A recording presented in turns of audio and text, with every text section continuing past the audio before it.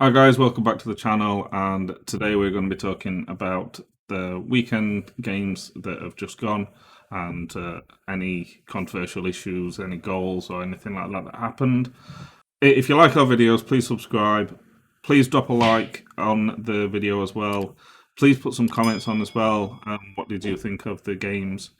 Um, Check out our socials below and all that jazz.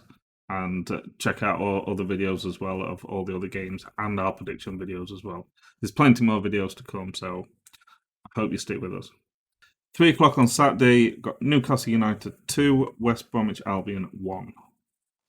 Yeah, Almo on opening scoring after 20 seconds. Furlong equalising for West Brom. And 82 minutes on the clock, Gale wins it for Newcastle. In another pretty good game this weekend. A very good showing for West Brom. Yeah, Again, perhaps a bit harsh for them to lose. definitely. I think the first 20 seconds that kind of knocked wind out of the sails for West Brom. It was a very tough start to have. And Yeah, it was an Ivanovic kind of mistake. I don't know what he was trying to do, some kind of scorpion kick or something, and he falls over. and then Joe Linton sort of runs at the defence, and to be fair to him, it's a fantastic ball to split some defenders. And play Almiron in, and it's a great finish as well for him running onto it first time across the keeper. Yeah. And what better way to start the game? And I asked you this in the Aston Villa video, which if you haven't seen, go and watch that. Do you think the week off last week helped Newcastle? Because obviously it was a lightning start for them. I think it was tough for Newcastle because Villa could still train even though they had the week off, whereas Newcastle couldn't. They was completely locked out of the training ground, so it was definitely tough for them. Um, they didn't really show it that much in terms of this game. To be honest with you, it was as Yeah, if they've constantly been training and playing the game. So again, West Brom was unlucky in my opinion, but both put up a decent fight, decent chances. yeah, another one of these games where we are talking about the goalkeepers as well. Both goalkeepers again having a pretty good game, and which is surprising because I don't particularly tend to praise goalkeepers too much before this season. Now seems to be in every single game. Um, but yeah, it was a very good game. Again for both goalkeepers and both teams really. Both teams having some pretty decent chances, Yeah, not taking them. And I think that's where West Brom are really struggling this season is they're not taking chances when they do come their way. yeah, But the chance they did take was a lovely, lovely goal.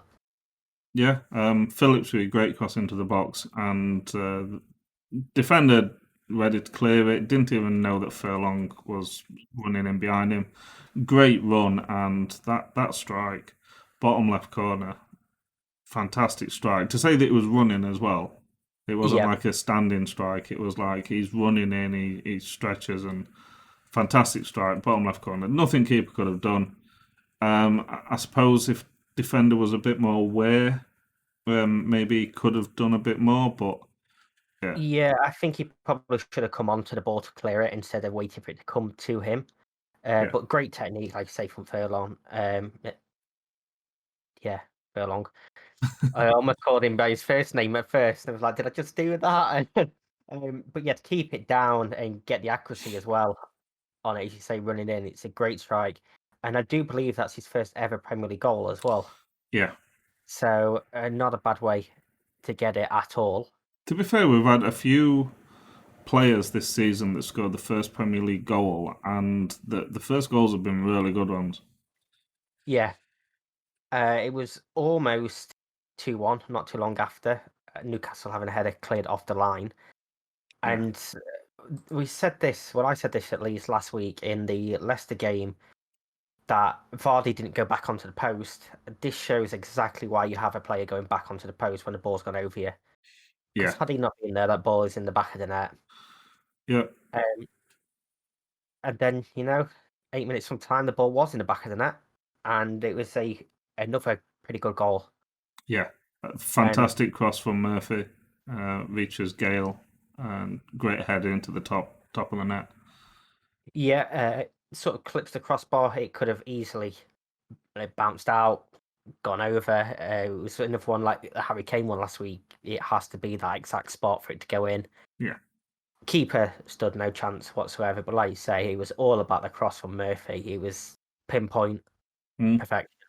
Everything you could want from a ball. Obviously, I'm not a striker, but I'd love to be trying to get on the end of that. I wouldn't do much with it, but So like I say, both teams played well. I kind of predicted 2-2 because I thought this would be a close game, with Newcastle not being able to train and what have you. And you kind of, I think your quote was something like, "You're putting a lot of faith in West Brom, aren't you?" And to be honest with you, this could have easily been 1-1 or 2-2. This was a lot closer yeah, than what you thought it would have been. yeah, definitely. I mean, I obviously went 3-0 to Newcastle, so it was definitely a lot closer than I thought it was going to be. Um, but again, struggles for West Brom. Like I say, they're just not getting the results, and Bilic has to be feeling the pressure a bit now. Definitely. So they're currently 19th on 6 points. The last 6 games, they've only got one win. Um, they've just got Burnley above them, and it was on the same points. But Burnley's got an extra game to play. Um, and as we're recording, they're currently playing now, so we don't know what that result is going to be. But 5 points above Sheffield United. That's just because Sheffield United's been awful. They could Yeah, easily be rock bottom at the moment, and we say this about a couple of clubs. Sheffield United, Fulham. How many games can you lose before the manager's sacked? well, Especially in a row. Bilic is one that we both had predicted to be the first one sacked.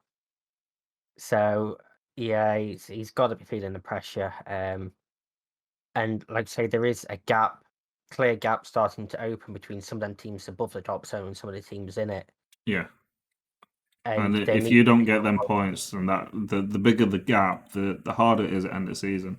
If you're a team that's like 16th, 17th, and just trying to keep out of relegation zone at the end of the season, that's where it really tires you out because there's so much pressure on every single game. You could end up playing a team that is fighting for the Premier League title or maybe European place, so they're even tougher games.